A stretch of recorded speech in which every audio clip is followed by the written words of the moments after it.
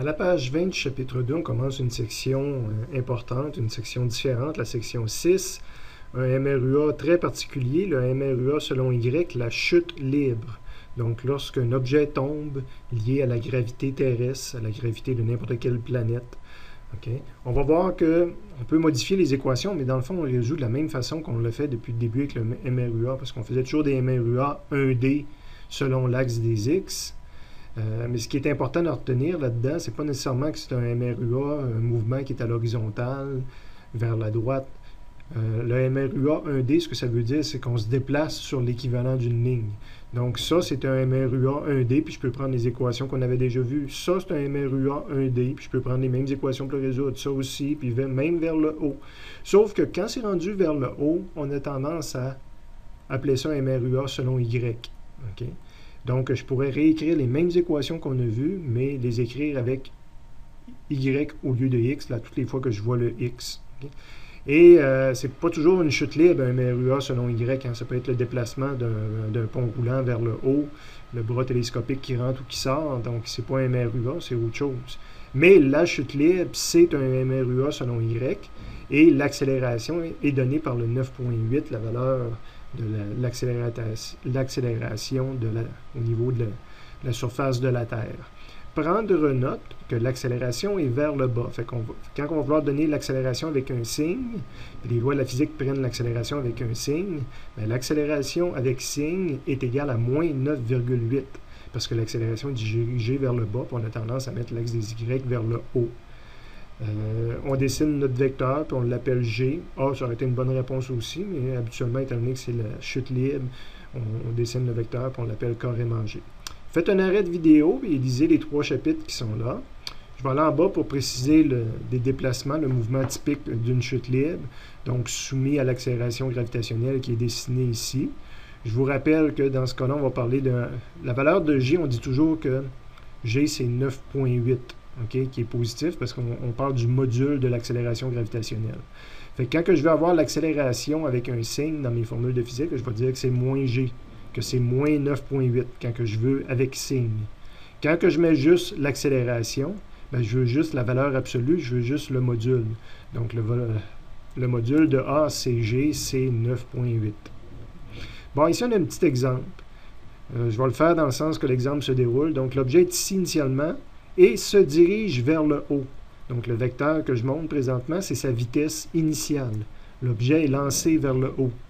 Ça peut être une balle de baseball que je lance vers le haut, ça peut être un objet qui est lancé, un projectile qui est lancé vers le haut, avec une certaine vitesse initiale. Donc, ça, c'est mon Y initial. Un peu plus tard, l'objet est rendu ici. Avec une vitesse toujours vers le haut, l'objet est en train de monter. Évidemment, en subissant l'accélération gravitationnelle, l'objet ralentit. Donc, c'était la position Y1, mais le vecteur V1 est plus petit que tout à l'heure. Le vecteur que j'avais ici. Un peu plus tard, Y2, l'objet est rendu ici. Donc le vecteur vitesse associé à ça a rapetissé aussi. Et c'est ma vitesse V2. L'objet continue à monter. Un peu plus tard, il est rendu à Y3 et il n'a plus de vitesse. Donc je ne dessine pas de vecteur vitesse, ça veut dire qu'il est au sommet de sa trajectoire. Il va se mettre à redescendre. Puis il va repasser par le même point que tout à l'heure. Mais je suis rendu à Y4, c'est le 4e temps. Sauf que cette vitesse-là, maintenant, est rendue vers le bas. C'est le petit vecteur vitesse que j'essaie d'attraper ici en arrière.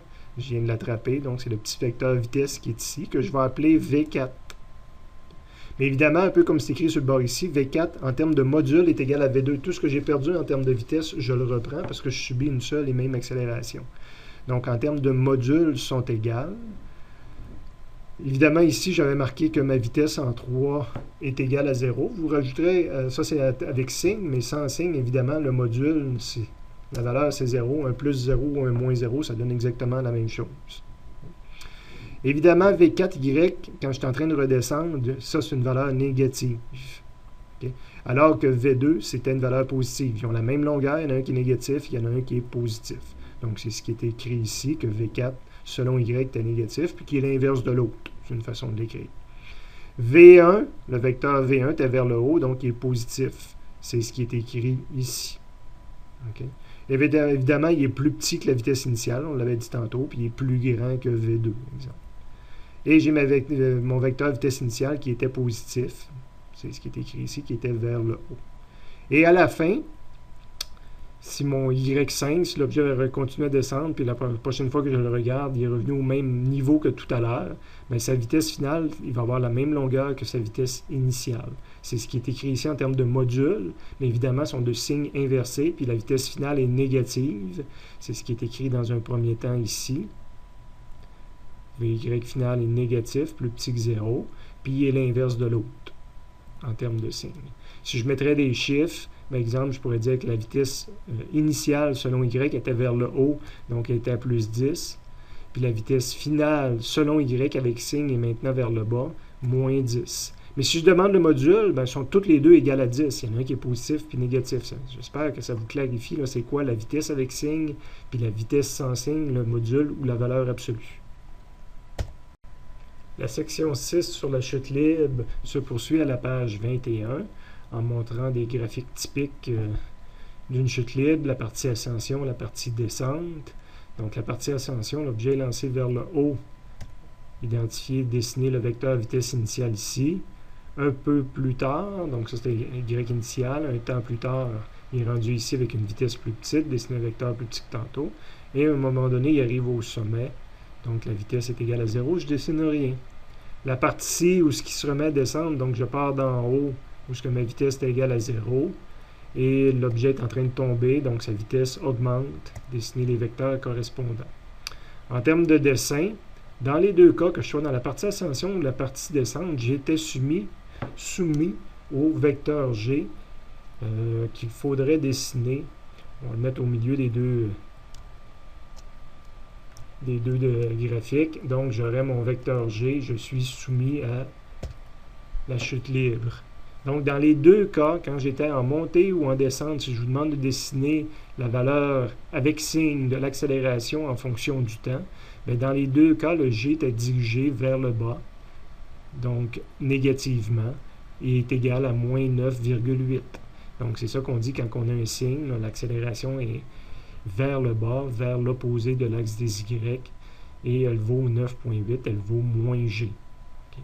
En termes de vitesse, ici, l'objet avait une certaine vitesse au départ, une vitesse positive, puis la vitesse diminue. Donc, j'ai une certaine vitesse positive, je suis en haut de l'axe, et ma vitesse diminue. Donc, c'est comme ça. Ma vitesse est positive, mais elle diminue.